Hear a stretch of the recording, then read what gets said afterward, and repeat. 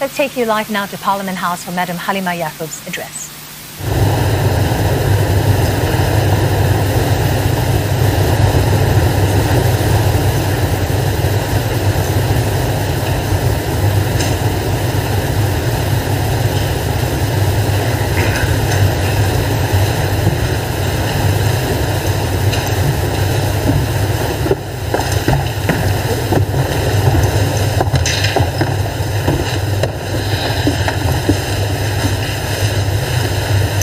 Honourable members, please be seated.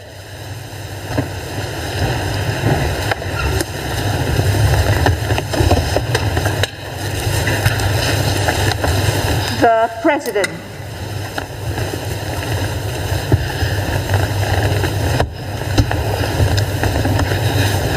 We are starting a new term of government under the shadow of COVID-19. Singapore has been fully engaged in this fight. New infections have been brought under control. We have completed testing all the migrant workers in the dormitories and are progressively returning them to work safely. Fatalities have been kept very low. But the situation continues to unfold. Many cities that had initially suppressed the virus are seeing infections rise again as they reopen their economies. Scientists are still learning new things about the virus, including how best to protect ourselves and how new medical treatments and vaccines can help. We must therefore adjust our COVID-19 strategies and plans along the way. We have prepared our healthcare system and expanded reserve capacity to deal with a possible resurgence of cases. We are continuing to ramp up our ability to conduct aggressive testing and contact tracing. Most importantly, all of us must stay vigilant to prevent a new wave of infections. At the same time, we are facing our worst recession since independence. Our economy will likely shrink by 5 to 7% this year. The government has acted decisively to save jobs and provide emergency support to workers and companies. We are injecting almost $100 billion into the economy, including the latest package that DPM Heng Swee Keat announced last week. These measures have reduced the immediate pain, but things will remain grave for quite some time. The situations globally and domestically have changed, and there is no going back to the status quo ante. For decades, Singapore has thrived under globalization and a stable international order. But our external environment has become less benign and predictable. COVID-19 has reshuffled the deck. It has revealed new threats, while also opening up fresh opportunities. Global fault lines have sharpened, and US-China rivalry has intensified. Supply chains have been disrupted. Countries are fighting to meet their own needs, fueling a new wave of protectionism. This is especially challenging for Singapore, as we make our living by doing business with the world. Domestically, Singapore is at an inflection point of our history. New generations of Singaporeans are coming of age. We have new aspirations and expectations, including a desire for more diverse voices to be heard and stronger checks and balances. At the same time, new leaders are emerging to take Singapore the next steps forward. The new generation of leaders and Singaporeans will have to form bonds and connections afresh, forge their own compact, find their own ways of working together, and strike their own balances. They have to continue to deliver effective and sound government while accommodating the growing diversity of views. And they have to foster a more open spirit in our society, even as we strengthen the common cause holding us together as Singaporeans. For Singapore to continue to succeed, we need to understand these changes, in our external and domestic environments, rethink our problems, and improve on the status quo. The government will continue to evolve our economic and social models and our policies to suit the circumstances. We will encourage citizen initiatives and participation. We will listen to and examine novel ideas objectively, recognizing that no solutions are right for all time. Sometimes staying the course will remain the best way forward, and we must convince Singaporeans to persevere. Other problems will require fresh approaches and the courage to take a different direction. In all cases, we will seek to do what is best for Singapore and Singaporeans. Despite the sea change in our environment, one thing remains constant. Singapore is still a little red dot in an uncertain world. To survive and thrive, we must stand out compared to other countries. We need to be more resilient and nimble than others in responding to change. We must do things that others cannot do, and do the things that others can do even better.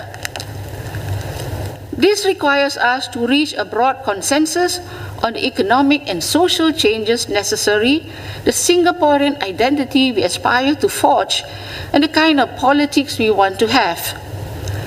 We recognize the fears and anxieties about jobs that Singaporeans have today.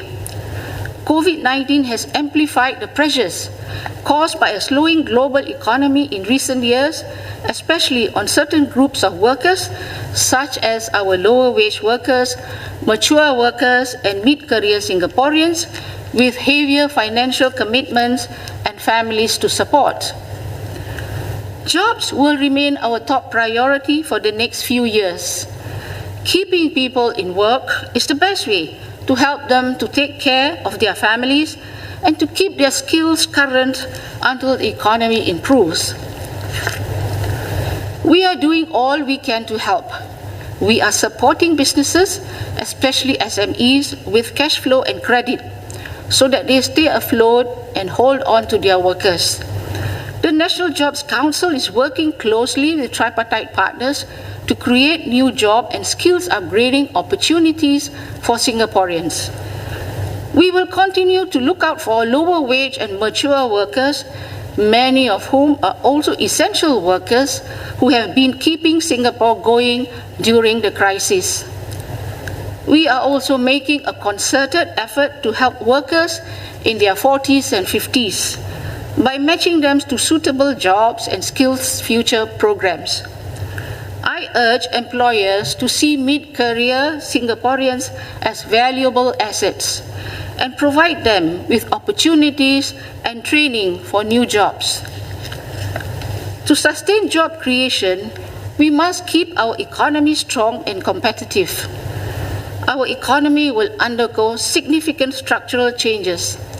Some sectors will not return to what they were before.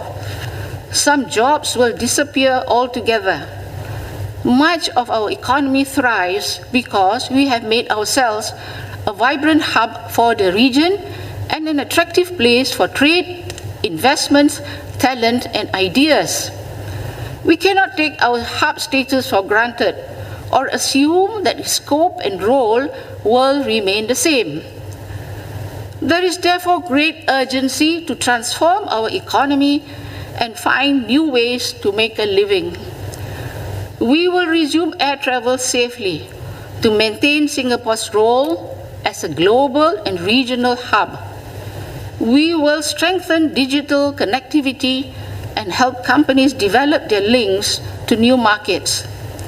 Our efforts to fortify our resilience in critical areas like food, healthcare, and supply chain management can become new sources of growth. We will also make a major push for sustainable growth. We will reimagine how we plan our city, redesign urban mobility, and grow using less resources in a low-carbon future. We will push for green financing and sustainable infrastructure development across the region. To ride on Asia's growth, while protecting the environment. With creativity and resourcefulness, we can turn our aspirations for a greener Singapore into a competitive advantage. While we pursue economic growth to create opportunities for Singaporeans, we must also share the benefits of progress widely with all citizens. We started strengthening our social safety nets more than a decade ago. In this crisis, we have implemented many emergency measures to help Singaporeans cope. These are temporary relief measures, but we do expect a permanent shift to a new normal after the crisis. We are entering an era of volatility, uncertainty, and disruption in people's lives. Individuals will need greater social support than before. We will have to consider carefully how to strengthen our safety nets to give Singaporeans more assurance coping with life's uncertainties. And we will have to be careful to do so in a way that is financially sustainable for future generations. As part of this shift in social policy, the government will do more to support every Singaporean at each stage of life to build a stronger and more cohesive society. We will support young families to own their own homes and to improve their own and their children's lives through quality education and training pathways. We will offer middle-aged Singaporeans more help to secure good jobs and greater assurance of retirement adequacy. We will take good care of our seniors to enable them to age well and with dignity. But more redistribution alone cannot be the way to level up those who are doing less well. We also have to continue strengthening social mobility and broadening our conception of merit. Meritocracy has been a crucial pillar of our society. It has served us well over the past 55 years. However, just as our social norms and policies have evolved in tandem with Singapore's development, so too must our model of meritocracy. We recognize that unfettered meritocracy can foster excessive competition. We also realize the need to level up families who are at a disadvantage and give their children a fair start in life. We want to keep our society open and socially mobile, and not allow it to stratify and ossify over time. That is why we have made a concerted effort to value a wide range of talents. Schools and institutes of higher learning admit students through yardsticks other than academic results. The Public Service Commission has widened its catchment of scholars. Employers are encouraged to hire people based on skills, with the public service taking the lead. Political parties are fielding candidates who took different life paths and have diverse talents and strengths. This is also why we must continue to invest heavily in education and training, from the earliest years of childhood through the schooling years. We are developing many pathways so that young Singaporeans can achieve their fullest potential regardless of their starting point. And through the next bound of skills future, we will enable every worker to upskill and progress throughout their career, beyond their initial qualifications. Employers must support lifelong learning as the new norm. Society must value people for what they contribute in every job and every role. Building a fair and just society goes beyond government actions. It requires the support and participation of all Singaporeans. It turns on how we look after our most vulnerable members, such as helping students from disadvantaged families through Uplift and Kickstart, providing training and job opportunities for people with disabilities, and bridging the digital divide for our seniors. We have made progress over the last decade, and we will do much more in this term of government to see our people through the crisis and beyond. The more closely knit we are as a people, the further we can move ahead as a nation. In the longer term, the key to Singapore's success lies in our shared sense of identity. Singapore can endure and secure her place in history only if Singaporeans feel passionately about our country and put our hearts and souls into making this a better home. Since independence, we have gradually built a distinctive Singaporean culture and identity, regardless of race, language, and religion. We all think of ourselves as Singaporeans. You can see this in our attitudes, memories, and experiences. It is in our arts and heritage and the way we cheer for Team Singapore together. You see it in the way we can gladly identify one another in an unfamiliar foreign land and the way we have each other's backs in a crisis. These are emotional ties that are strengthened over the years. There is still much more to do to strengthen the sense of togetherness in our society. We must start young and shape the multicultural instincts in our children early in life. Our approaches and methods must therefore evolve with the outlook and attitudes of the young. We must then sustain this mindset across our communities and workplaces. We must also recognize that larger forces are at play that test our solidarity and pull us in different directions. The social media has amplified contending voices and views. We are more exposed than ever to causes, attitudes, and values from other societies that may not be relevant to our social context, but will influence us nonetheless. Economic distress arising from COVID-19 or social inequality can breed a sense of insecurity amongst different groups of Singaporeans.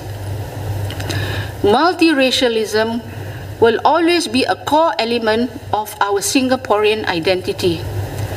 Everyone, regardless of race, language, or religion, must have an equal place in our society.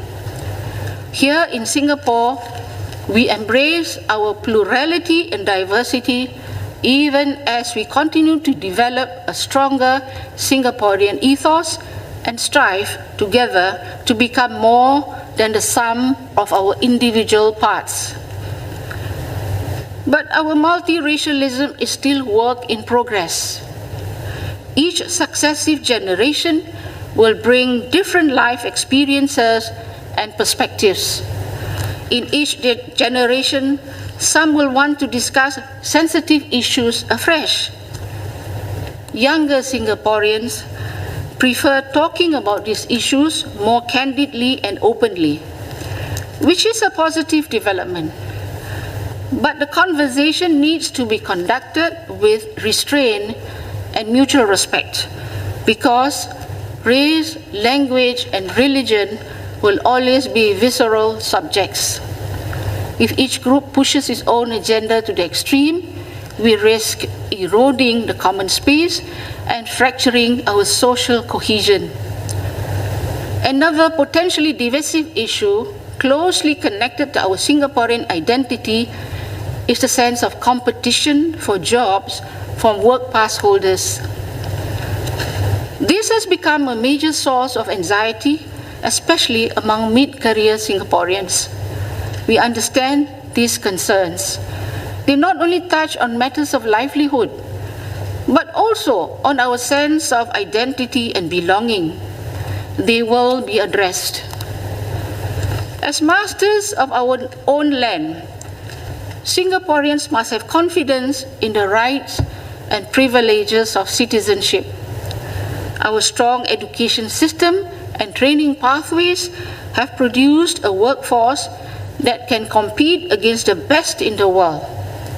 We work with employers to further strengthen the capabilities of our workforce in every field and ensure that firms treat Singaporeans fairly when they recruit or retrench workers. In all that we do, the interests of Singaporeans are always paramount. At the same time, we must not turn inwards, away from the world. We must keep our hearts open to those who come from beyond our shores. We should continue to welcome and integrate those who can contribute to Singapore and improve our lives and children's future. Our Singaporean identity has been formed and strengthened not by excluding those who arrive later, but by successive arrivals, adding to the richness of our society. These are emotive issues that can evoke strong reactions. Debates on such sensitive matters can easily become polarized. So as we open up more areas for meaningful discussion, Singaporeans must work even harder to listen to and understand one another. We must break out of the echo chambers that form so easily online and make genuine attempts to bridge the gap with those who think differently from us. We must strive to obtain greater insight, build shared understanding, and use our diverse perspectives and ideas to achieve better outcomes for all. These must also be the guiding principles of our politics. Parliament is the central platform to debate national policies and set the tone for our political discourse. One significant change in this term is the designation of a leader of the opposition, reflecting the larger number of opposition MPs in Parliament. The government and the opposition both have roles to play to build trust in our public institutions and achieve good outcomes for Singapore.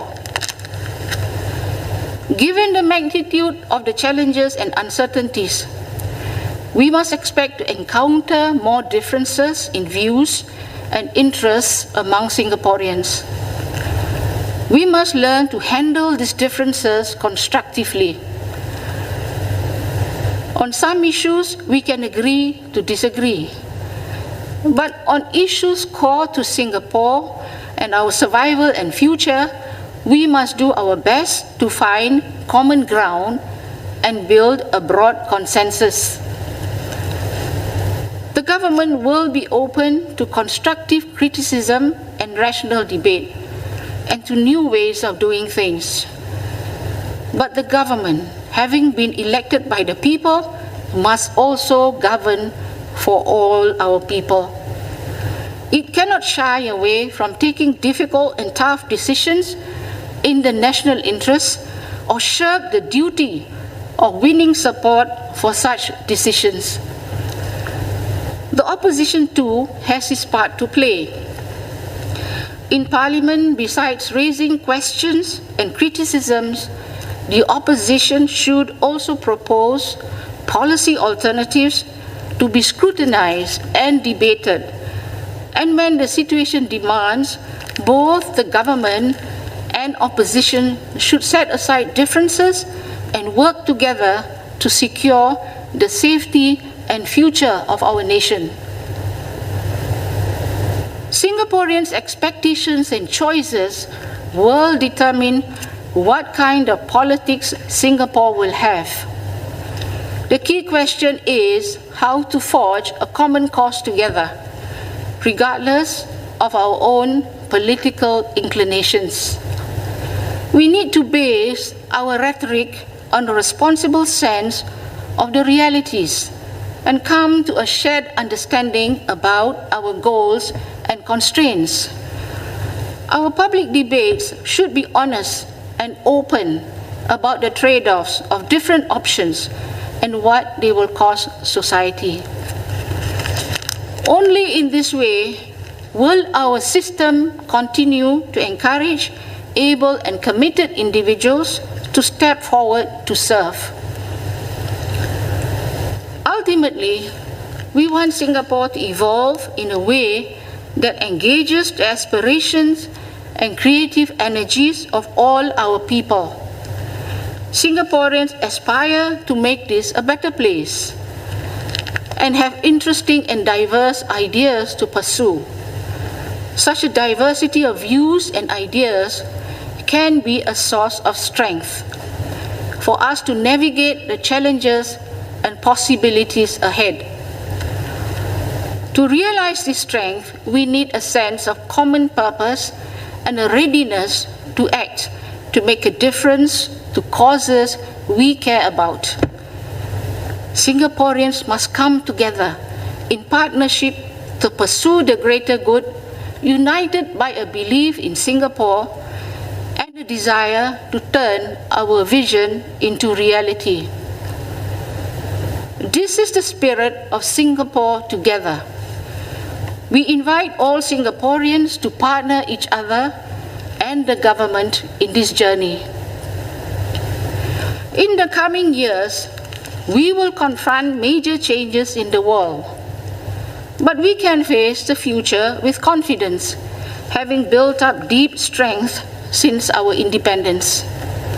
Our pioneers prevailed against great odds to build Singapore, and it is now our turn to tackle this crisis of a generation. How we respond to the pandemic and economic crisis will define Singapore for many years to come.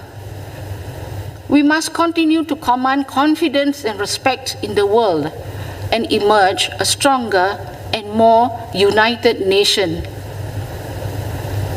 So let us work in close partnership as Singapore Together, one people uniting behind our elected government to save lives, protect livelihoods, and secure a brighter future for ourselves and our children.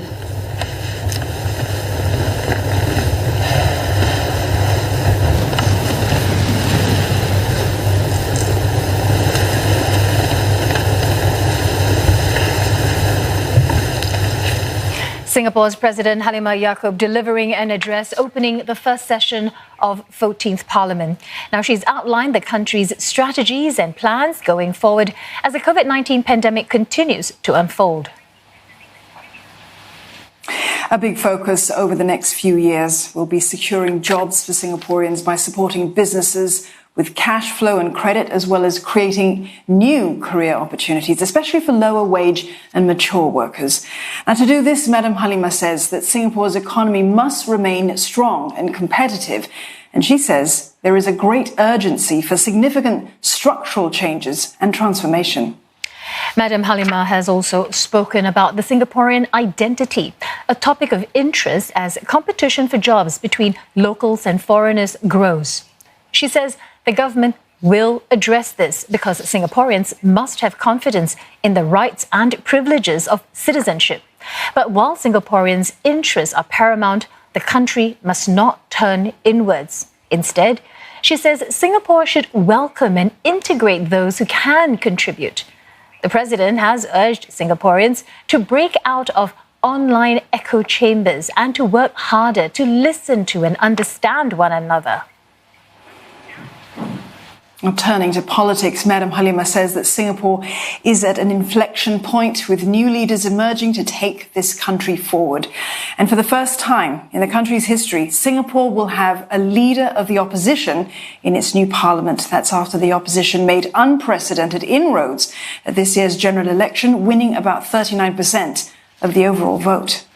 With more uncertainties ahead, Madam Halimah says the country must balance differences in views and interests. And she adds that the government and the opposition must learn how to handle differences constructively and how to find common ground on issues that are core to the country's survival and future. The president says Singapore has to confront major global changes that are expected, but can do so confidently having beaten great odds to build the country since independence. And she says that Singapore must continue to command confidence and respect in the world so as to emerge stronger and more united from this COVID-19 pandemic.